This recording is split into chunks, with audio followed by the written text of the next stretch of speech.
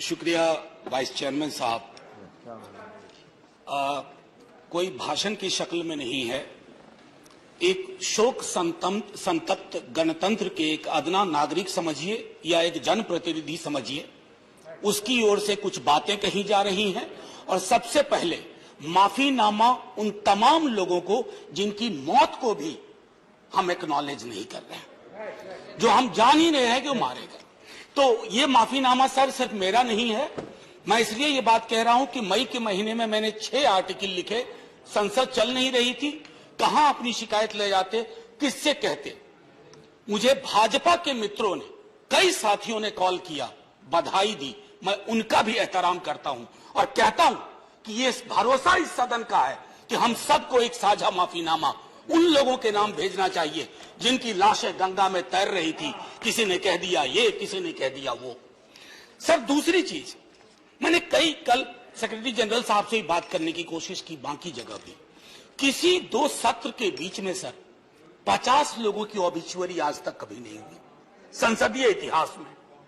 राजीव सातव की उम्र थी जाने की इस दुनिया से। रघुनाथ महापात्रा जब मिलते थे गले लगाते थे, बोलते थे जय जगन्नाथ।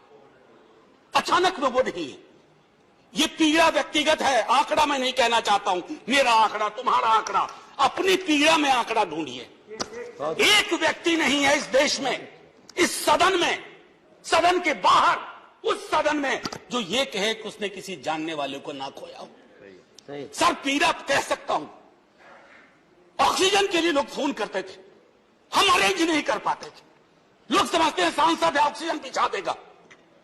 100 फोन में पूरे दिन में शाम को बैठ के देखते थे, सक्सेस रेट 2, सक्सेस रेट 3। हमको कौन सा आंकड़ा कोई बताएगा साहब? हमको नहीं, किसी आंकड़े की बात नहीं करनी है। हमें देखना है कि जो लोग गए वो जिंदा दस्तावेज छोड़ के गए हैं हमारे फेलियर का। मैं आपकी बात नहीं कर रहा हूं साहब। आप कहिएगा 70 साल में कुछ नहीं हुआ, मैं उसमें जाना ही नहीं चाहता। ये कलेक्टिव फेलियर है 47 से लेकर अब तक की सारी सरकारों का। क्या बना दिया हमने? मुझे पता नहीं था कि अस्पताल और ऑक्सीजन का क्या रिश्ता होता है सर। ईमानदारी से कहता हूं, मैं मेडिकल बैकग्राउंड से नहीं आता हूं। सुबह से लोगों को दिखता था ऑक्सीजन ऑक्सीजन, रेमडेसिविर। मैं तो दवाइयों के नाम तक शुरू में सर प्रोनाउंसिएशन चेक किए कि कैसे उच्चारण करूंगा। ये हालत है।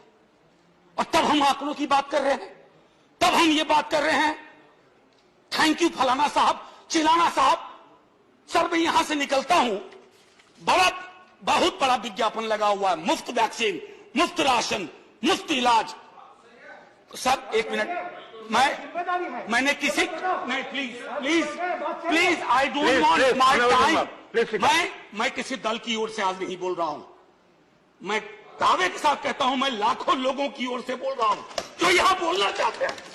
अब मेरी बात सुनिए, आज शिकायत नहीं कर रहा हूं आपसे।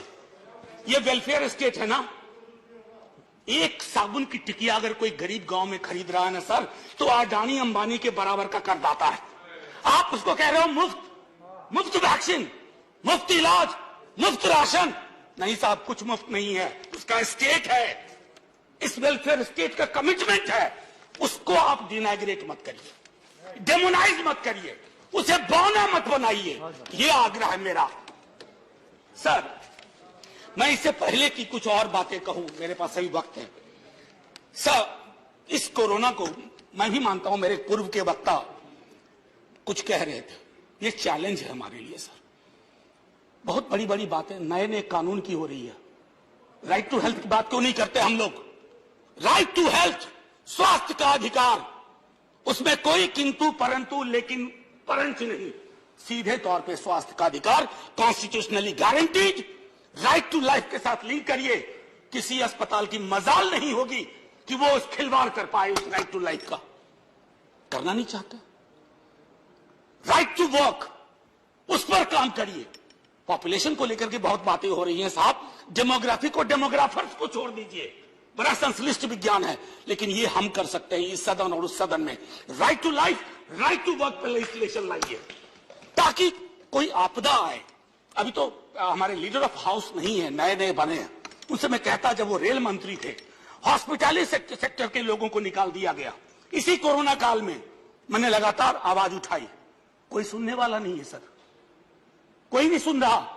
अगर आप सांसद की नहीं सुन रहे हैं तो जो छोटे अदना संविदा वाले नौकरी से निकाले गए उसकी कौन सुनेगा सर। एक और अद्भुत चीज हुई इसी कोरोना के दौरान, माननीय उपसभापति महोदय, जब हाहाकार मचा हुआ था हॉस्पिटल के लिए, आईसीयू बेड्स के लिए, दवाइयों के लिए, यह हाहाकार जब मचा हुआ था, उस दौर में सर कई चीजें हुई, जिसमें से एक जो महत्वपूर्ण चीज मैं जिसका जिक्र करूंगा, उस हाहाकार में सरकारें, मैं सिर्फ केंद्र को नहीं कह रहा हूं, कई राज्य सरकारें भी नदारत थी।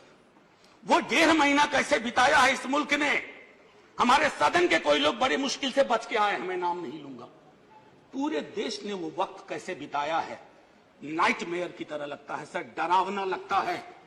एक मेरा स्टूडेंट पढ़ा है, वह 37 साल का, हॉस्पिटल का बेड जब तक मैंने अरेंज किया वो दुनिया छोड़ के जा चुका था।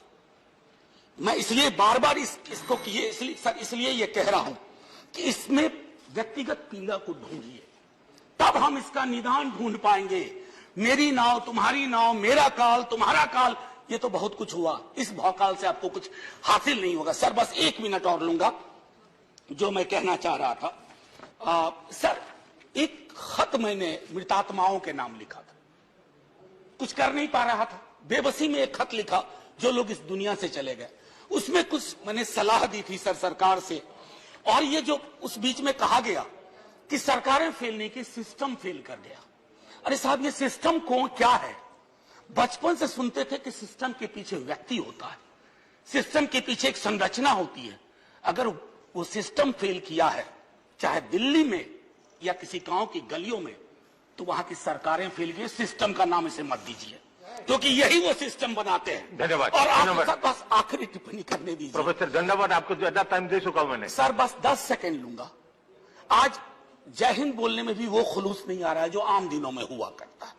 मैं सिर्फ इतना आपसे आपके माध्यम से कहना चाहता हूं, मैंने एक शिकायत नहीं की सर, किसी से नहीं। किससे शिकायत करेंगे?